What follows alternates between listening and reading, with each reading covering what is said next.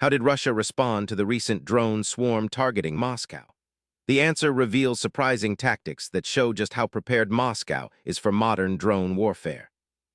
Right after the drone swarm was detected approaching Moscow, Russia deployed its layered air defense systems. This included surface-to-air missiles and rapid-fire anti-aircraft guns designed to track and destroy multiple small targets simultaneously. The quick reaction minimized damage and demonstrated Russia's focus on protecting its capital from unmanned threats. Beyond physical interception, Russia employed electronic warfare to jam the drone's signals. This tactic interfered with their control and GPS navigation, forcing many drones to lose coordination or crash. Electronic countermeasures are becoming critical in modern drone defense, making it harder for swarms to operate effectively.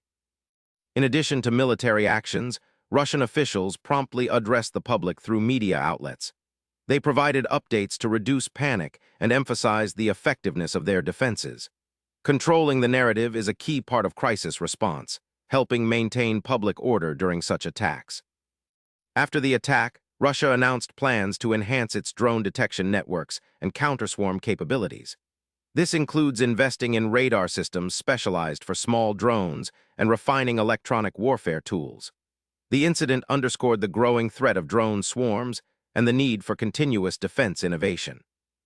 Russia's response to the drone swarm attack on Moscow combined rapid military interception, advanced electronic warfare, and smart public communication. These layers of defense show how modern cities must prepare for emerging drone threats.